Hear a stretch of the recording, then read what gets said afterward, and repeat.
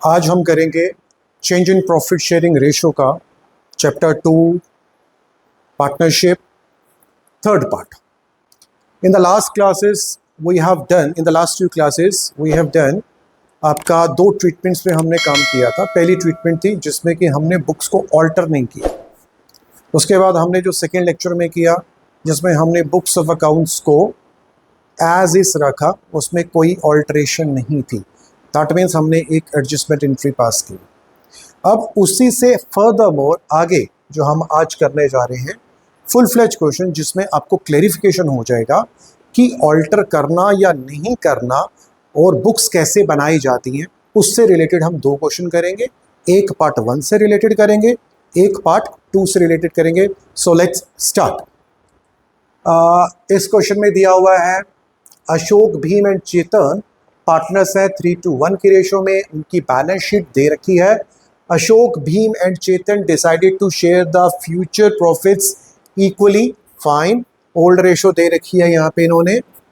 Old ratio is 3:1. हम note down कर लेते हैं, इजी हो जाएगा.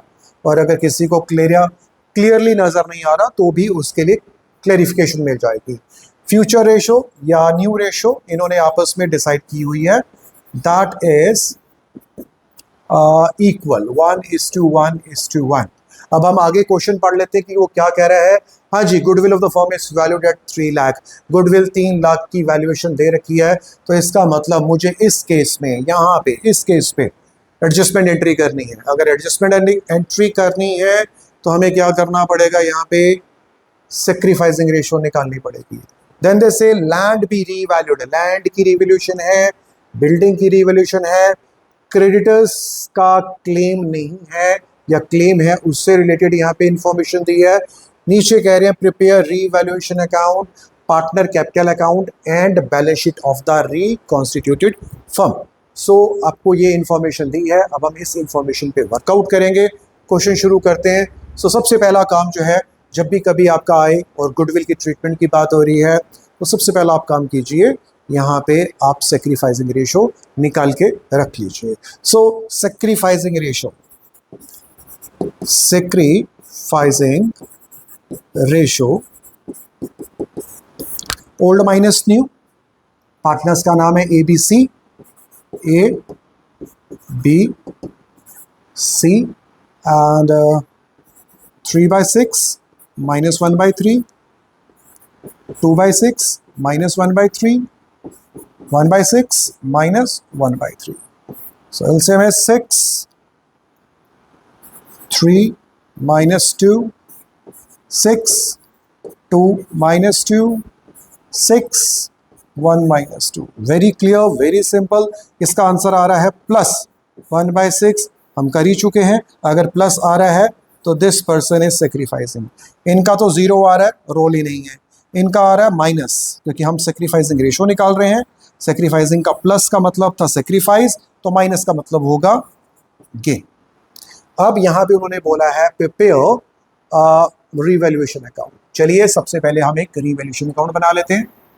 छोटा सा रिवैल्यूएशन अकाउंट बनाएंगे, क्लेरिफिकेशन हो जाएगा. Revaluation account. इसमें बोला हुआ है land, building, plant, stock, debtor, bank, creditors, bills payable, general reserve दे रखे हैं, कैपिटल दिया हुआ है और इनका दिया. तो सबसे पहला हम काम करते हैं, रीवैल्यूएशन का काम करते हैं. एडजस्टमेंट देख लेते हैं. लैंड भी रीवैल्यूड एट 1,60,000. लैंड की रीवैल्यूएशन कितनी हो रही है, 1,60,000 हो रहा है. और लैंड यहाँ पे दे रखा है 1 लाख, यानी कि आपका लैंड बढ़ गया है, 60,000 से बढ़ गया है. एसेट का बढ़ना फायदा है. फायदा है तो फायदे की नेचर क्या होती है आपकी, क्रेडिट होती है. तो यहां पे हम लिखेंगे लैंड. लैंड 60,000 से आपका इंक्रीमेंट हो गया. हमने पिछली वीडियो में देखा था कि अगर कोई प्रॉफिट होता है या लॉस होता है तो हम उसको रिवैल्यूएशन अकाउंट से उसकी एंट्री करते हैं. तो यहाँ पे हमने एक्चुअल में एक रिवैल्यूएशन अकाउंट बनाया है. मैं आपको क्लेरिफाई कर देता हूँ कि आपके एडमिशन में भी आगे आएगा. रिटायरमेंट में भी आएगा, डेथ में भी आ सकता है ये वाला। तो यहाँ पे जो भी फायदा है, रीवैल्यूएशन नॉमिनल नेचर का अकाउंट है आपका, जितने भी फायदे होंगे वो कहाँ लिखे जाएंगे, क्रेडिट साइड पे लिखे जाएंगे, और जितने भी खर्चे या लॉसेस हैं वो कहाँ पे आएंगे, आपके डेबिट साइड पे आएंगे। तो एक और चीज बता देते हैं कि एसेट का बढ़ना हमेशा बिजनेस के लिए फायदा होता है। अगर एसेट बढ़ रहा है और जो इंक्रीमेंटल वैल्यू आ रही है, उस इंक्रीमेंटल वैल्यू को हम इस साइड पे लिखेंगे। एसेट का कम होना लॉस होता है, डेप्रिसिएशन होता है। अगर एसेट कम हो रहा है तो उसे हम डेबिट साइड पे लिखेंगे। लायबिलिटी का बढ़ जाना डेफिनेटली अच्छी बात नहीं होती है, तो दैट इज अ लॉस, वो यहाँ पे आएगा। और अगर आपकी लायबिलिटी किसी वजह से कम हो जाती है, आपको कम पेमेंट करनी है, तो वहाँ पे आपका वो फायदा है। अगर वो फायदा है तो आप उसे यहाँ लिखेंगे। तो एज पर दिस केस यहाँ पे इन्होंने क्या कहा है कि जो लैंड है, लैंड को रीवैल्यू कीजिए 1,60,000। लैंड आपका 1 लाख का था, वो 1,60,000 हो चुका है। दैट मीन 60,000 से बढ़ गया है, तो हमने लैंड को बढ़ा दिया है, फायदा है, तो फायदे को मैंने क्रेडिट साइड पे लिख दिया। देन दे से बिल्डिंग को 6% से कम कीजिए। बिल्डिंग क्वेश्चन में दे रखी है 1 लाख का, 1 लाख का 6% कितना हुआ, 6,000 हुआ। तो बिल्डिंग डेप्रिशिएट हो रही है, और अगर आपकी बिल्डिंग डेप्रिशिएट हो रही है, फायदा तो नहीं है, ये नुकसान है। तो वो कहाँ पे आएगा, आपका डेबिट साइड पे आएगा। और यहाँ पे हम लिख देंगे बिल्डिंग डेप्रिसिएशन हाउ मच, 6,000 का डेप्रिसिएशन डेबिट साइड पे डाल दिया। लीजिए 2 एडजस्टमेंट्स हो चुकी हैं, ये हो गया, ये हो गया। Creditors of 12,000 were not likely to be claimed. अब यहाँ पे वो बात कर रहे हैं कि कुछ क्रेडिटर हैं 12,000 के, वो अपना पैसा जो है लेने नहीं आएंगे।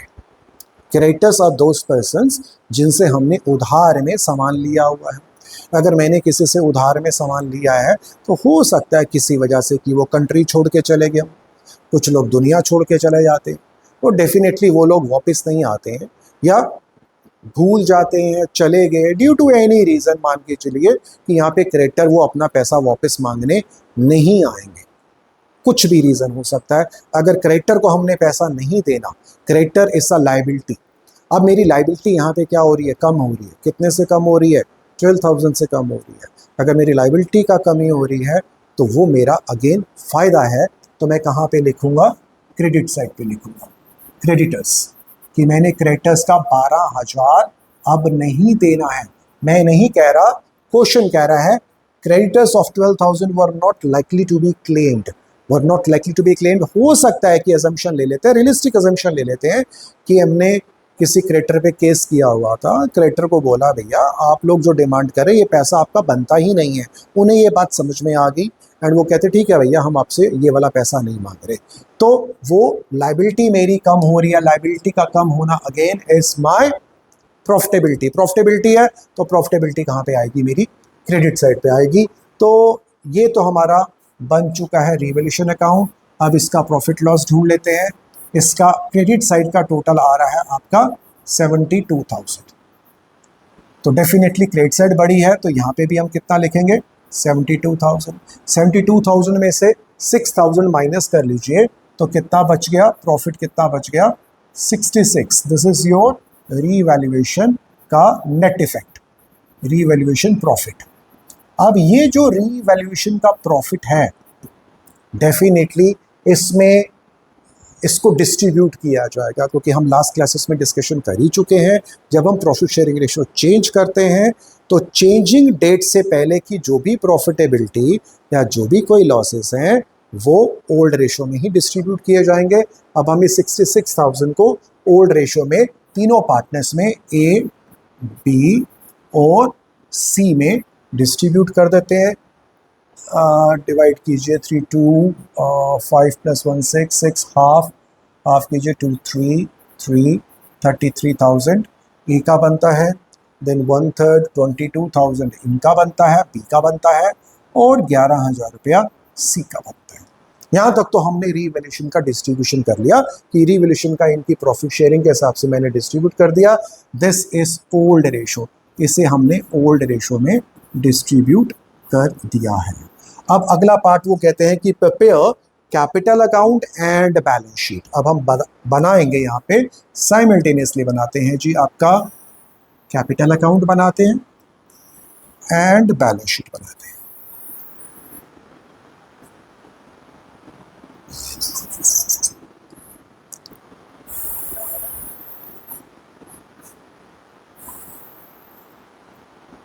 This is capital account.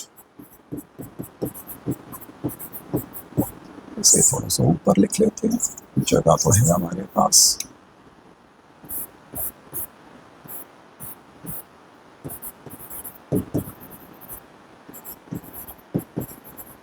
Three partners,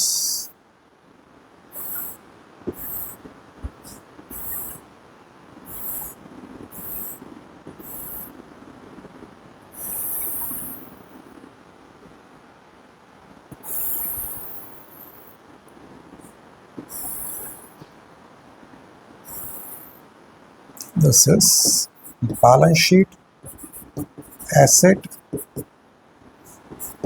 liability। अब इसे करने के लिए सबसे पहले आप अपनी ये वाली बैलेंस शीट देखिए, और बैलेंस शीट जो भी होगा, जैसे कि यहाँ पे सबसे पहली आइटम है लैंड। लैंड कहाँ का था आपका? एसेट्स का था। लैंड का ओरिजिनल अमाउंट था 1 लाख। हमने यहाँ पे इनर कॉलम में लिखा 1 लाख, लेकिन हमने एक एडजस्टमेंट किया है कि लैंड का इंक्रीमेंट हुआ, लैंड बढ़ा है। अगर लैंड बढ़ा है तो हमने इसको प्लस 60,000 ऐड कर दिया। ऐड कर दिया तो आपका यहाँ पे क्या हो गया? 1,60,000। इसका मतलब पुरानी बैलेंस शीट में आपकी लैंड की वैल्यू थी 1 लाख, और यहाँ पे बढ़ के कितनी हो चुकी हैं? 1,60,000। तो इसका मतलब है बुक्स ऑफ अकाउंट्स ऑल्टर हो रही हैं, बुक्स ऑफ अकाउंट्स चेंज हो रही हैं। पुरानी बैलेंस शीट में 1 लाख शो कर रहा था, और यहाँ पे कितना शो कर रहा है? 1,60,000 शो कर रहा है। उसके बाद बिल्डिंग। अब यहाँ पे बिल्डिंग की भी एडजस्टमेंट थी, लेके चलते हैं जी। बिल्डिंग भी आपकी कितने की थी? 1 लाख की बिल्डिंग थी, एंड उसमें से क्या हुआ है? There is a depreciation. Depreciation है तो इसमें से हमने 6,000 को माइनस कर दिया। 6,000 माइनस कीजिए तो आपके पास कितना आ चुका है? बिल्डिंग आपकी रह गई है 94,000। 94,000 का मतलब है यहाँ पे 1 लाख था, और यहाँ पे बुक्स आपकी ऑल्टर हो रही हैं। देन जैसे प्लांट। प्लांट है आपका 2 लाख। यहाँ पे प्लांट के साथ कुछ भी नहीं हुआ, तो प्लांट को आप एज इज लिखिए। प्लांट आप लिखेंगे 2 lakh. 2 lakh. The next one is stock. Stock के साथ भी कुछ ट्रीटमेंट नहीं हुआ है, तो स्टॉक एज इज लिखेंगे हम 80,000, जो उसकी वैल्यू थी। स्टॉक के बाद आ गया आपका डेटर्स। डेटर्स में लिखिए जी आप अपना हाउ मच। डेटर का अमाउंट है आपका 60,000, so just write down 60,000। And the last one is your bank. Bank में आपका पैसा पड़ा हुआ है 10,000 का। फाइन, यहाँ पे आप 10,000 की एंट्री कर दीजिए। नाउ अब हम यहाँ पे आएंगे creditors. The first item was creditor. Creditor, अब क्रेडिटर की ट्रीटमेंट थी 12,000 के। Creditors are not likely to be claimed. इसका मतलब हमारे पास क्रेडिटर्स कितने के थे? 1 लाख के क्रेडिटर्स थे। इसमें से हम कितना माइनस कर देंगे? 12,000 का अमाउंट माइनस कर देंगे कि इतने लोग हमसे पैसा मांगने नहीं आएंगे।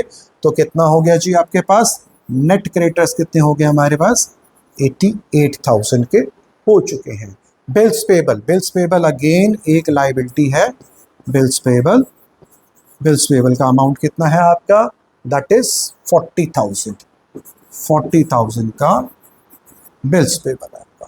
जर्नल रिजर्व, जो जर्नल रिजर्व दिए हुए हैं, अदरवाइज हम जर्नल एंट्री करते हैं, लेकिन अभी जब ये एक बार कैपिटल अकाउंट बना लेते हैं और बैलेंस शीट बना लेते हैं, तो उसमें भी हम जर्नलाइज अभी बाद में करेंगे। आपको पता रहेगा कि हाँ किस किस चीज़ की जर्नल एंट्री करनी है। तो ये जो जर्नल रिजर्व है, ये जर्नल रिजर्व ओल्ड पार्टनर्स का प्रॉफिटेबिलिटी है, तो इसे भी डिस्ट्रीब्यूट करना है। तो उसे हम कहाँ पे डिस्ट्रीब्यूट करेंगे? यहाँ पे इनके कैपिटल अकाउंट में हम डिस्ट्रीब्यूट कर देंगे। इससे इनकी कैपिटल बढ़ेगी। किसी भी चीज़ से अगर कैपिटल बढ़ती है तो वो क्रेडिट साइड पे कैपिटल अकाउंट में आ जाती है, और अगर किसी चीज़ से इनकी कैपिटल कम होगी तो वो मैं डेबिट साइड पे लिखूंगा। अब यहाँ पे जर्नल रिजर्व है। ये जो जर्नल रिजर्व है किसका पार्ट था? ये पार्टनर्स का ही प्रॉफिटेबिलिटी का पार्ट है, और हमने उनको पार्टनर के कैपिटल अकाउंट में डाल दिया। यहाँ पे दिया था जनरल रिजर्व, मैं आपको लिख के बता देता हूँ, अदरवाइज आप जैसे जैसे प्रैक्टिस करते जाएंगे आपको इसकी नीड नहीं पड़ेगी। जनरल रिजर्व कितने का था आपका, 60,000 का हमने यहाँ पे लिखा, लेकिन ये जनरल रिजर्व हमने क्या करना है, डिस्ट्रीब्यूट करना है। तो मैंने यहाँ से माइनस करके इसको क्या कर दिया, नील कर दिया। और ये जो 60,000 है इनकी ओल्ड रेशो में यहाँ पे आप डिस्ट्रीब्यूट कर दीजिए 30, 20 एंड 10। जनरल रिजर्व यहाँ से बैलेंस शीट से हट गया, 60,000 जो यहाँ पे लिखा था 60,000 मैंने पहले यहाँ लिखा, इसमें से इसको माइनस किया, माइनस करने के बाद इसे मैंने इनके कैपिटल अकाउंट में ट्रांसफर कर दिया। तो अब आप ध्यान से देखिए, जनरल रिजर्व अब यहाँ पे कितना हो गया, 0 हो चुका है। इसका मतलब बुक्स क्या हो चुकी है, ऑल्टर हो चुकी है। देन कैपिटल्स, कैपिटल्स का लिखना है तो आप यहाँ लिखिए balance brought down. Brought down इनकी कैपिटल्स है 2 लाख, 1 लाख, 2 लाख, 1 लाख एंड 50,000। ये हमने कैपिटल अकाउंट की एंट्री कर ली। तो ये सारी हमने यहाँ पे बैलेंस शीट में एज इज पोस्टिंग्स कर ली हैं। उसके बाद जो बोला है कि गुडविल ऑफ द फर्म, अब गुडविल की भी बात आ रही थी। अभी तक हमने गुडविल की ट्रीटमेंट शुरू नहीं की है। गुडविल के साथ हमें क्या करना था, उसकी एडजस्टमेंट एंट्री करनी है। एडजस्टमेंट एंट्री के लिए हमारे पास रेशो निकली हुई है, यानी कि सेक्रीफाइसिंग कौन कर रहा है, ए सेक्रीफाइस कर रहा है और सी क्या कर रहा है, आपका गेन कर रहा है। तो इसकी जो हम जर्नल एंट्री करते हैं वो क्या करते हैं, जो गेन करता है gaining partner C's capital account, C's capital account debit, C को डेबिट कीजिए और एस कैपिटल अकाउंट को आप क्या करेंगे, क्रेडिट करेंगे। हम यहाँ क्रेडिट लिखते नहीं है लेकिन आपको समझाने के लिए लिख दिया। गुडविल कितने की थी, 3 लाख, यहाँ पे लिखा जी हमने 3 लाख, 1 2 3 4 5 इंटू 1/6, 1/6 कितना हो गया, 50,000। यानी कि ये एंट्री कितने की होगी आपकी, 50,000। अब इस जर्नल एंट्री के साथ इसका मीनिंग क्या है, सी को हमने क्या करना है, डेबिट करना है। This is A B C, A B C. यहाँ पे हम सी को डेबिट करेंगे 50,000, यहाँ लिख लीजिए आपने 50,000 लिखा, 50,000 और ए को आप क्रेडिट कीजिए, ए को आप यहाँ पे क्रेडिट में डाल दीजिए 50,000। अब आपको रीजंस तो देने ही है। जब सी को आपने डेबिट किया तो उसका रीजन क्या था, ए, यहाँ पे लिखिए एस कैपिटल अकाउंट। अब यहाँ पे आपने ए को क्रेडिट किया 50,000, उसके क्रेडिट में डाला, रीजन में क्या लिखेंगे, टू सीज कैपिटल, ये सीज कैपिटल अकाउंट। यहाँ पे सी क्या हो रहा था, सी डेबिट हो रहा है, सी डेबिट है, मैंने डेबिट में 50,000 लिख दिया। रीजन क्या था, ए कैपिटल अकाउंट। और यहाँ पे ए क्या हो रहा है, क्रेडिट हो रहा है, मैंने क्रेडिट में 50,000 लिख दिया। रीजन क्या था, सीज कैपिटल अकाउंट। उसके बाद गुडविल हो चुका, लैंड बिल्डिंग प्लांट क्रेडिटर सब कुछ हो चुका है। अब आप इसका कैपिटल का बैलेंस निकाल लीजिए, जिसको हम कहते हैं closing balance. Closing balance is the balance carry down. Total करते हैं जी, ए का टोटल कितना बनता है, 2,80,000। ओके, इसमें से अभी हमने ट्रांसफर नहीं किया, टोटलिंग नहीं करनी चाहिए थी क्योंकि हमने अभी एक एंट्री पास नहीं की है, रिवैल्यूएशन का प्रॉफिट नहीं लेके आए हैं, सॉरी फॉर दैट, ध्यान नहीं रहा। रिवैल्यूएशन, हमने रिवैल्यूएशन अकाउंट बनाया था, इनका प्रॉफिट यहाँ से यहाँ पे ट्रांसफर कीजिए। ये 33,000 किसको मिलेगा, रिवैल्यूएशन का ए को मिलेगा, 22,000 बी को मिलेगा एंड 11,000 किसको मिलेगा, सी को मिलेगा। टोटल बनता है 66,000। यहाँ पे आप लिखेंगे रिवैल्यूएशन, रिवैल्यूएशन आप लिखना चाहे तो आगे आप प्रॉफिट लिख सकते हैं, क्योंकि इनके क्रेडिट में कुछ भी आएगा तो वो प्रॉफिट होगा, अगर लॉस होता तो वो क्रॉस एंट्री करके यहाँ पे आ जाता है। अब इसका टोटलिंग कर लीजिए, ये कितना हो गया जी आपका 0 0 0 एंड 3 5 3 8 3 11 3,13,000। 2 50 2 80 2 80 एंड 3 10 3 13, ठीक है जी। 1 लाख 44,000, 1,44,000। देन इसका बना आपका 50, 60, 71,000, 71,000। यहाँ पे लिखिए 313,123,144 एंड यहाँ पे है 71,000। अब हम यहाँ निकालेंगे बैलेंसिंग फिगर, उसे बोलेंगे बैलेंस कैरी डाउन।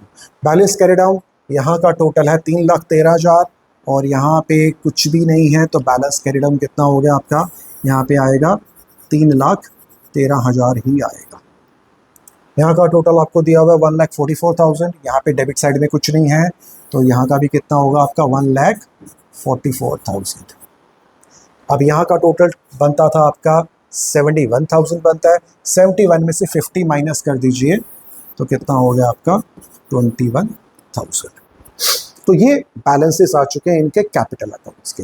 अब ये जो बैलेंसेस है, अगर आपका लेफ्ट साइड पे कैरी डाउन आ रहा है तो बैलेंस शीट में भी ये कहाँ पे आएगा, आपका लेफ्ट साइड पे ही आएगा। इसको लिखिए A's capital, B's capital and then C's capital.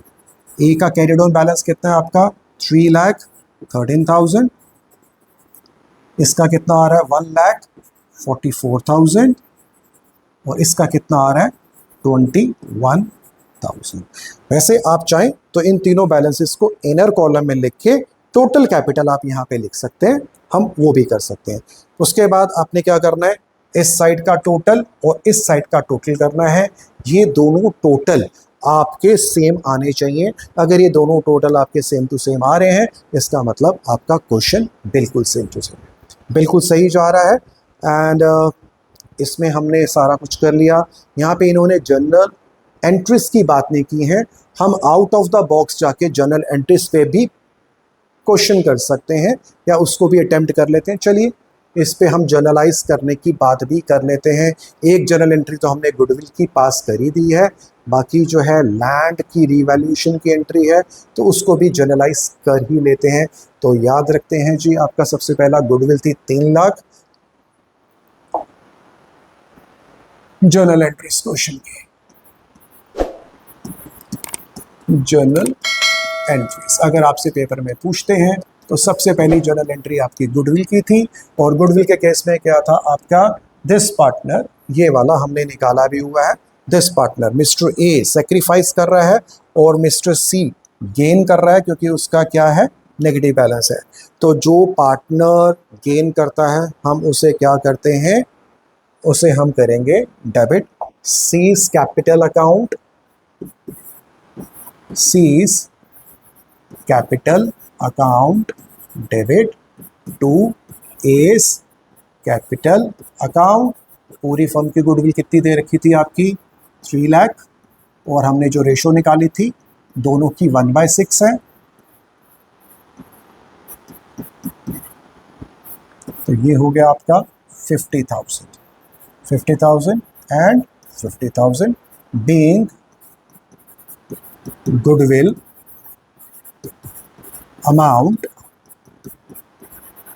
amount adjusted. Goodwill को हमने एडजस्ट कर दिया। अब दूसरी एंट्री लेके चलते हैं। दूसरी एंट्री हमें जो करनी थी, इसमें लैंड को रीवैल्यू करना था 160, यानी कि लैंड बढ़ गया। जब भी आपका लैंड बढ़ेगा तो आप क्या करेंगे, 60,000 से लैंड बढ़ रहा है तो आप करेंगे लैंड अकाउंट डेबिट। एसेट है, एसेट बढ़ रहा है, कितने से बढ़ रहा है 60,000 से, और इसे कहाँ पे डाल देंगे, इस प्रॉफिटेबिलिटी को हम डाल देंगे रीवैल्यूएशन अकाउंट में। रीवैल्यूएशन अकाउंट में हमने 60,000 कर दिया। आपके लिए मैं यहाँ पे रीवैल्यूएशन दोबारा से बना देता हूँ, ईजी हो जाएगा। This is your revaluation. तो लैंड बढ़ा और लैंड जब बढ़ा 60,000 से बढ़ा, रीवैल्यूएशन में इसे हमने ट्रांसफ़र कर दिया, रीवैल्यूएशन के क्रेडिट पे डाल दिया। जो भी फ़ायदा है सब यहाँ पे आएगा। 60,000 का प्रॉफिटेबिलिटी हमने यहाँ डाल दिया और रीज़न दे दिया हमने लैंड। उसके बाद नेक्स्ट था हमारा बिल्डिंग जो थी हमारी, क्वेश्चन में दिया हुआ है बिल्डिंग डेप्रिशिएट हुई है 6% से। 6% से आपकी अगर बिल्डिंग आपकी डेप्रिशिएट हुई है तो बिल्डिंग का लॉस हुआ है, और अगर बिल्डिंग का लॉस है तो बिल्डिंग की वैल्यू कम हो रही है। बिल्डिंग कम हो रही है तो बिल्डिंग क्रेडिट हो जाएगी। लॉस है तो revaluation account debit to building. Building asset है, अगर किसी वजह से इसमें कुछ कमी आ रही है तो बिल्डिंग को हमने क्या कर दिया, क्रेडिट कर दिया, और रीवैल्यूएशन को हमने डेबिट कर दिया।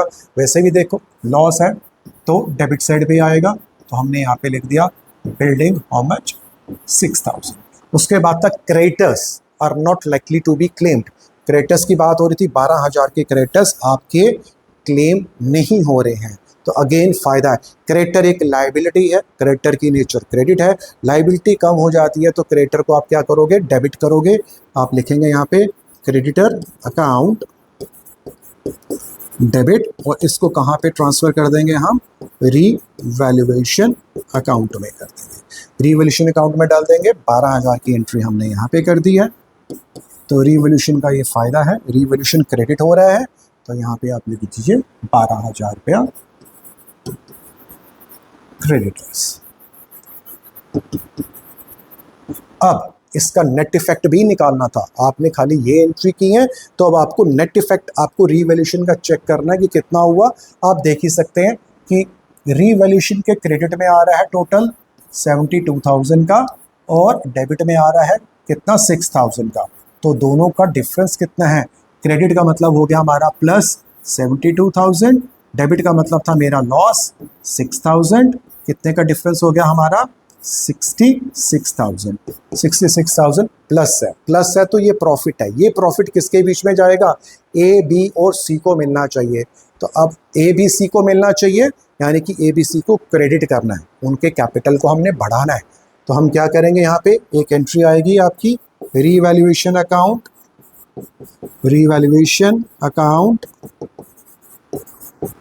Debit 66,000 to A to B to सी।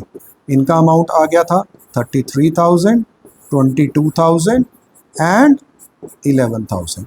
अगर आपको ये चीज़ समझ नहीं आ रही है जर्नल एंट्री, तो इट्स वेरी सिंपल, आप इसे बना लीजिए।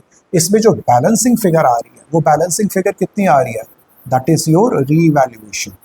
ये आपका रीवैल्यूएशन अकाउंट का बैलेंसिंग फिगर आएगी, ये भी 66,000 आएगी।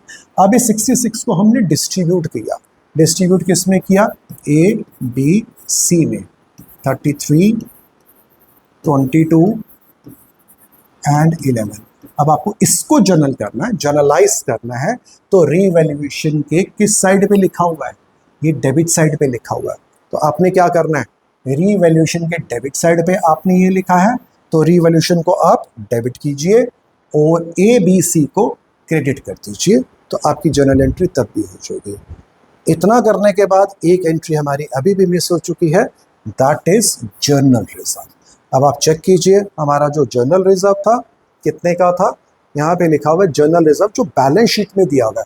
यहाँ जरूर ध्यान दीजिए, यहाँ पे हो सकता है जर्नल रिजर्व दिया हो, यहाँ जर्नल रिजर्व भी हो सकता है, यहाँ पे P and L credit side में दिया है तो ये प्रॉफिट होगा, और यहाँ पे पी एंड एल अगर दिया है तो वो क्या होगा, आपका लॉस होगा, या एडवर्टाइजमेंट सस्पेंस, तो वो भी आपका लॉस होगा। ये जर्नल रिजर्व अगर यहाँ दिया है तो इसको उनके क्रेडिट में ट्रांसफर कर दीजिए। जर्नल रिजर्व की नेचर है क्रेडिट, इसे खत्म करने के लिए हम क्या करेंगे, जर्नल रिजर्व को डेबिट करेंगे। कितने से, जर्नल रिजर्व है 60,000 का, 60,000 का जर्नल रिजर्व है, तो यहाँ पे हम क्या करेंगे, जर्नल रिजर्व की नेचर क्रेडिट थी, इसको डेबिट किया, जर्नल रिजर्व अकाउंट डेबिट, खत्म किया। क्यों खत्म किया, क्योंकि मुझे इसको ए बी और सी के अकाउंट में ट्रांसफर करना है। अमाउंट कितना है हमारा, 60,000, 30, 20 और 10। इसको हमने इस क्वेश्चन में नहीं पूछा था जर्नल एंट्रीज के लिए, लेकिन हमने फिर भी सेफ्टी वर्जन के लिए हमने जर्नल एंट्रीज भी इसकी पास कर ली है।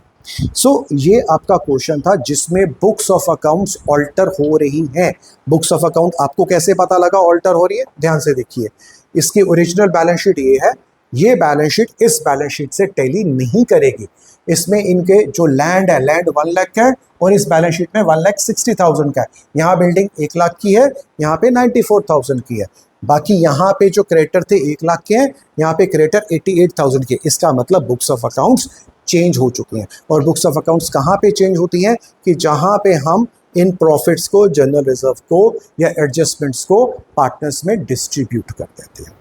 तो ये फर्स्ट मेथड था जो हमारा फर्स्ट वीडियो में लेके चले थे। अब हम लेके चलेंगे आपका सेकंड केस। सेकंड केस में भी कुछ ऐसा ही क्वेश्चन दिया होगा, लेकिन उसमें उन्होंने बोला होगा कि आप इन सब इफेक्ट को एक ही जर्नल एंट्री में कंप्रोमाइज कीजिए। सो चलिए देखते हैं अगला क्वेश्चन क्या कहता है। अगला क्वेश्चन कहता है जी आपका अमर, तरुण और अखिल पार्टनर्स हैं। अमर, तरुण एंड अखिल पार्टनर्स हैं। रेशो है 5:3:2। New ratio 2:1। Old new 2:2:1। Fine, अच्छी बात है जी। आगे उन्होंने क्या बोला पूरा क्वेश्चन पढ़ लेते हैं। क्वेश्चन पढ़ते हैं और उसमें हम देखेंगे कि लास्ट में पहले लाइन पढ़ लीजिए, pass an adjustment entry. An adjustment entry का मतलब है आपको एक ही एंट्री पास करनी है, giving effect to the above arrangement. ये जो सारे अरेंजमेंट दिए हैं, above arrangement and prepare balance sheet after adjustment. आपको बैलेंस शीट भी बनानी है एडजस्टमेंट्स के बाद में। तो इसका मतलब, इनका कहने का मतलब है कि आपकी बैलेंस शीट में कोई चेंज नहीं आएगा, बैलेंस शीट एज इज रहेगी। उसका बस प्रॉफिट लॉस की एक ही आपने एडजस्टमेंट एंट्री करनी है, जिस एंट्री से आपके खाली कैपिटल अकाउंट में चेंजेस आएंगे, बाकी बैलेंस शीट के किसी भी ट्रांजैक्शन में कोई चेंज नहीं आएगा। जो जैसे लिखे हैं आपने उनको वैसे ही लिखना है। तो सबसे पहले हम एक काम करते हैं, क्योंकि हमने एडजस्टमेंट एंट्री करनी है तो पहला एक स्टेप तो कर ही लेते हैं, सेक्रीफाइसिंग रेशो निकाल लेते हैं। सेक्रीफाइसिंग रेशो निकालने के बाद फिर हम इसका सेकंड इफेक्ट करेंगे। सेकंड इफेक्ट में होगा हमें वहाँ पे सर्च करना है प्रॉफिटेबिलिटी और लॉस, जिसका कि हमें नेट इफेक्ट कैलकुलेट करना है। तो आइए करते हैं शुरू क्वेश्चन। तो यहाँ पे सेक्रीफाइसिंग रेशो निकाल लेते हैं। Sacrificing ratio 5/10 - 2/5, 3/10। तरुण का 3 है, टोटल है 10, और इसका न्यू रेशो में आ रहा है 2 बाई टोटल है 5। अखिल का ओल्ड रेशो है 2 अपॉन टोटल 10, और न्यू रेशो में उसका शेयर है 1/5। एलसीएम ले लीजिए। एलसीएम बहुत सिंपल है, 10, 5 - 4, यहाँ पे भी 10, 3 - 4, यहाँ पे भी आ गया 10, 2 - 2। तो सिंपल सी बात है, इसका आंसर आ रहा है प्लस में आ रहा है, इसका आंसर माइनस में आ रहा है। इसका मतलब हो गया अमर, अमर जो है वो सेक्रीफाइस कर रहा है 1/10, और जो तरुण है, तरुण गेन कर रहा है वो भी 1/10। चलिए अब हम नेट इफेक्ट की तरफ बात करते हैं। नेट इफेक्ट हम यहाँ पे लिखना शुरू करेंगे। नेट इफेक्ट यहाँ पे कैलकुलेट कर लेते हैं। नेट इफेक्ट में सबसे पहले हम चेक करेंगे बैलेंस शीट में। बैलेंस शीट में कहाँ कहाँ पे मेरा नेट इफेक्ट आ सकता है। क्या क्रेडिटर? नो, अभी क्रेडिटर मैं यहाँ से पढ़ूंगा, अगर कुछ होगा तो मैं चेंज लेके आऊँगा। जनरल रिजर्व, जो आपका जनरल रिजर्व है, yes general reserve, general reserve business का प्रॉफिट है, और जनरल रिजर्व अगर प्रॉफिट है तो इसकी नेचर क्या है? पॉजिटिव। जनरल रिजर्व से कैपिटल अकाउंट बढ़ने चाहिए। तो जनरल रिजर्व कितने का हो चुका है हमारा? 80,000 का हमारा जनरल रिजर्व है। चलो जी, गुड। जनरल रिजर्व के बाद आता है आपका profit and loss account. Profit and loss account भी आपका क्रेडिट साइड पे दिया हुआ है, क्रेडिट साइड पे दे रखा है। तो again this is a profit, profit है कितने का है जी? आपका 30,000 का प्रॉफिट है। यहाँ पे चेक कर लेते हैं कोई लॉस वगैरह तो नहीं है, कोई लॉस नहीं है। यहाँ पे P&L नहीं दिया, यहाँ पे एडवर्टाइजमेंट सस्पेंस नहीं दिया, बाकी जो कुछ दिया हुआ है हम उसको बात करके अभी देख लेंगे। तो यहाँ तक का टोटल कितना बनता है अभी तक? जनरल रिजर्व और इसका मिला के 1,10,000 बनता है। अब एडजस्टमेंट पे बोलते हैं stock to be increase to 2,20,000। Stock को 2,20,000 तक बढ़ा दो। स्टॉक 2 लाख का था, आपका स्टॉक बढ़ के 2,20,000 का हो गया। आपका एसेट बढ़ गया। एसेट कितने से बढ़ा? 20,000 से बढ़ा है। तो आपका प्रॉफिटेबल है या लॉस है? ऑब्वियस है, प्रॉफिट है। तो कितने का प्रॉफिट है? 20,000 का आपका स्टॉक बढ़ा हुआ है। हम एक काम करते हैं, इसका टोटल बाद में कर लेंगे, जो नेट प्रॉफिट होगा उसी पे काम करेंगे।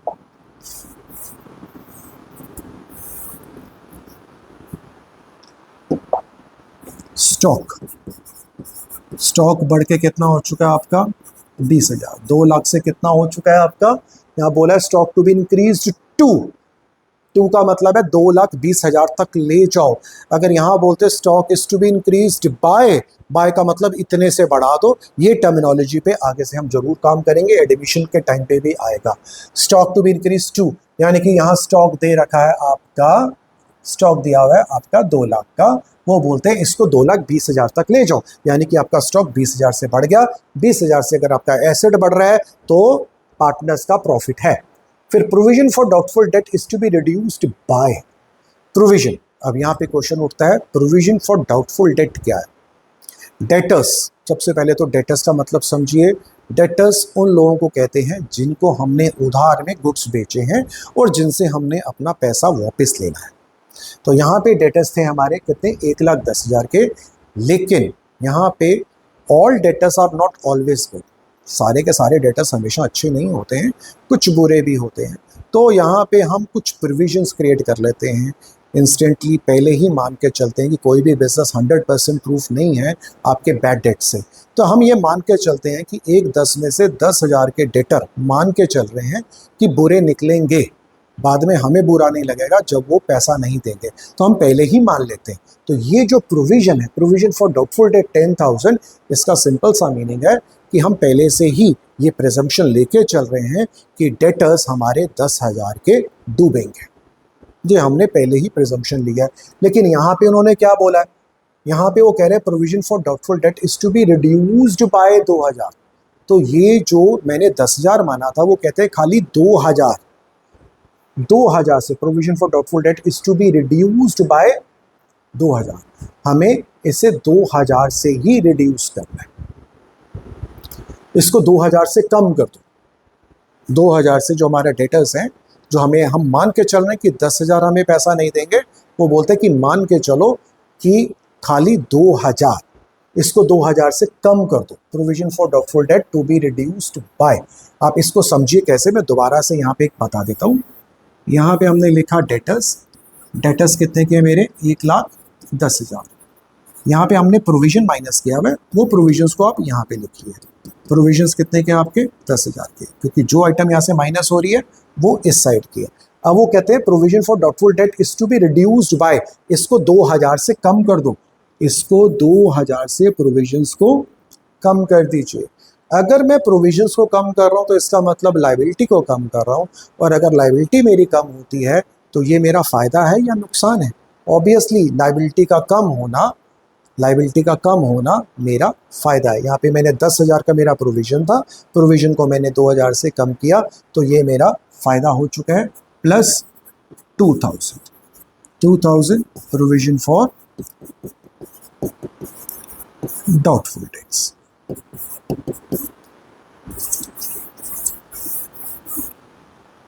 Next, furniture to be reduced by 20%। Furniture 50,000 का 20,000 से इसको कम कर दो। तो फर्नीचर को कम करना है, फर्नीचर मेरा एसेट है, और अगर मेरा एसेट कम हो रहा है तो that is a loss to me. 50,000 का 20% इज 10,000। 10,000 का मेरा स्ट्रेट अवे लॉस है, मेरा एसेट कम हो रहा है। Computer to be reduce to, computer भी दे रखे हैं 3 लाख, उसको 2,70,000 तक ले जाओ। तो कंप्यूटर्स भी मेरे कम हो रहे हैं, कंप्यूटर्स भी मेरे कम हो रहे हैं। कितने से कम हो रहे हैं? 30,000 से। कंप्यूटर 3 लाख के थे, 270 तक ले जाओ, यानी कि 30,000 का नुकसान। Goodwill of the firm is valued eight 1 lakh. Goodwill भी मेरी प्रॉफिटेबिलिटी का पार्ट है, तो इसको भी मैं प्लस साइन हमेशा करूंगा 1 लाख। अब आपने इसका टोटल करना है, इसको बोलते हैं नेट इफेक्ट। नेट इफेक्ट हमारा पॉजिटिव है या नेगेटिव है, बस हमने वो चेक करना है। तो लेके चलिए, कितना हो गया जी आपका? 80 एंड 1 लाख 130 130, 230, 230 में से 30 माइनस हुए 2, 2 में से 10 माइनस किया 190, 190 में 2 जमा किया 1,92,000। नेट इफेक्ट मेरा कितने का आ रहा है? पॉजिटिव आ रहा है। दोबारा से चेक कर लेते हैं। 1,30,000, 30,000, 2 30, 2 30, 30 माइनस 2, 2 में से 10 निकाले 190, 192। ठीक है जी, नेट इफेक्ट हमारा पॉजिटिव इफेक्ट है। अब हम इस पे एडजस्टमेंट एंट्री करेंगे। एडजस्टमेंट एंट्री क्या है? चेक कीजिए कौन सेक्रीफाइस कर रहा है, कौन गेन कर रहा है। तरुण भाई साहब गेन कर रहे हैं, तो मुझे क्या करना है? तरुण जो गेन कर रहा है, तरुण कैपिटल अकाउंट डेबिट 2, और जो सेक्रीफाइस कर रहे हैं वो है हमारे अमर सिंह 2, अमर कैपिटल अकाउंट। नेट इफेक्ट कितना आ रहा है मेरा? 1,92,000। और हमने रेशो कितनी कैलकुलेट की हुई है? रेशो है 1/10, दैट इज 1/10। तो दोनों की 1/10 है, तो दोनों का अमाउंट सेम ही आएगा, क्योंकि 2 ही पार्टनर्स हैं, 3 नहीं है। 192,000, 19,200 की आपकी एंट्री होगी है being adjustment entry, adjustment entry passed, entry passed. हमने एडजस्टमेंट एंट्री पास कर दी है। अब उन्होंने बोला है pass an adjustment giving effect to the above arrangement and prepare balance sheet. हमें क्या करना है जी? बैलेंस शीट भी बनानी है। चलिए बैलेंस शीट बना लेते हैं।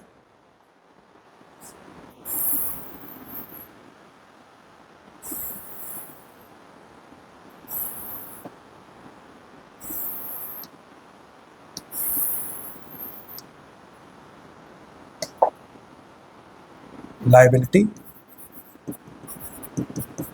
Amount, asset, amount, this is balance sheet. अब इसमें जहां पे हमने एडजस्टमेंट एंट्री, पूरे क्वेश्चन में हमने कोई भी जर्नल एंट्री नहीं पास की, जस्ट एक जर्नल एंट्री पास की है, और उसका नेट इफेक्ट भी कहां पे आ रहा है? खाली कैपिटल अकाउंट में आ रहा है। तो इसका कहने का मतलब ये है कि जो कुछ भी आपका यहाँ दिया हुआ है बैलेंस शीट में, आप इसे एज इस लिखिए। लाइक कैश दिया हुआ 25,000, आप लिखिए यहाँ पे, आपको कुछ भी नहीं करना। कैश 25, क्योंकि यहाँ पे बुक्स चेंज नहीं हो रही हैं, बुक्स के कोई भी ट्रांजैक्शन चेंज नहीं हो रहे हैं, जिस कैपिटल अकाउंट में डिफरेंस आ रहा है। देन बैंक बैलेंस कितना था आपका? 2,25,000। Bank balance 2,25,000, 2,25,000। उसके बाद है आपका डेटर्स और प्रोविजन का डिफरेंस। डेटर्स कितने थे आपके?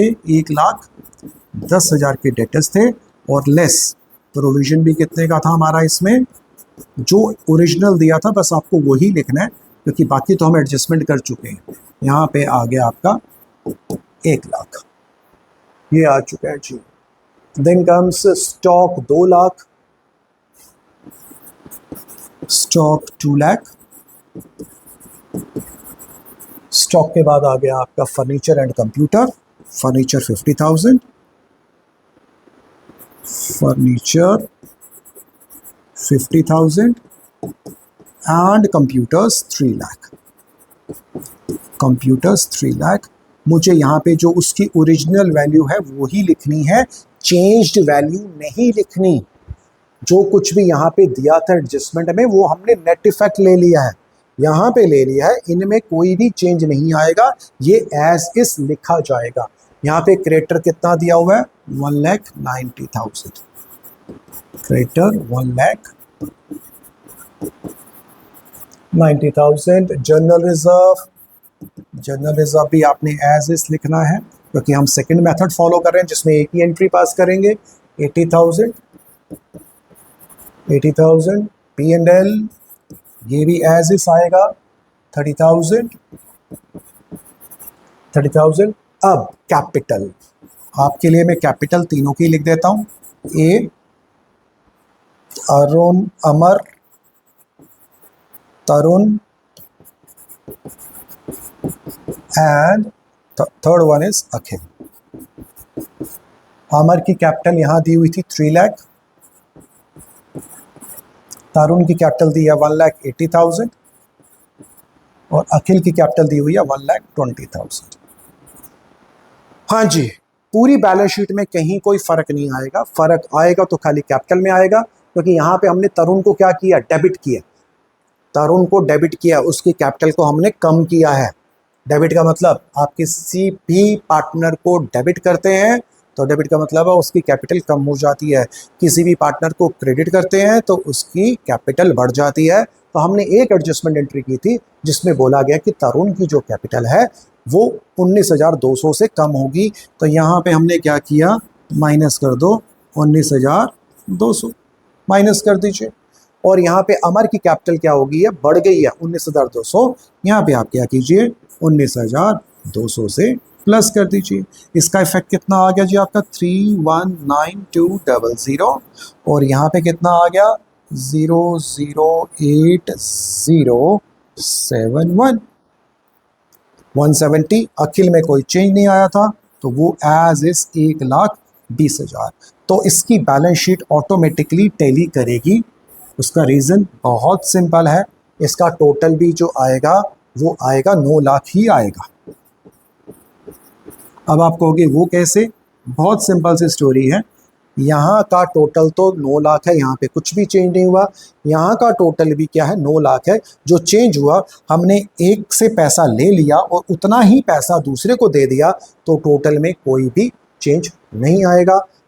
तो आई होप आपको ये 2 क्वेश्चंस काफ़ी हेल्पफुल होंगे अपना इस चैप्टर सेकंड को समझने के लिए। चैप्टर सेकंड में खाली 2 ही चीज़ें हैं कि जहाँ पे आपको बुक्स ऑफ अकाउंट्स चेंज करनी है, या दूसरा है जहाँ पे आपको बुक्स ऑफ अकाउंट्स चेंज नहीं करनी। बट द माइंड, अगर आपको बुक्स ऑफ अकाउंट्स चेंज भी करनी है तो वहाँ पे प्रीमियम के केस में, गुडविल के केस में आप एडजस्टमेंट एंट्री ही कीजिए। वेस्ट हम आगे का पोर्शन जो है एडमिशन का न्यू वीडियोस अब हम वो पोस्ट करेंगे। So I hope this clears to you. Take care, bye bye.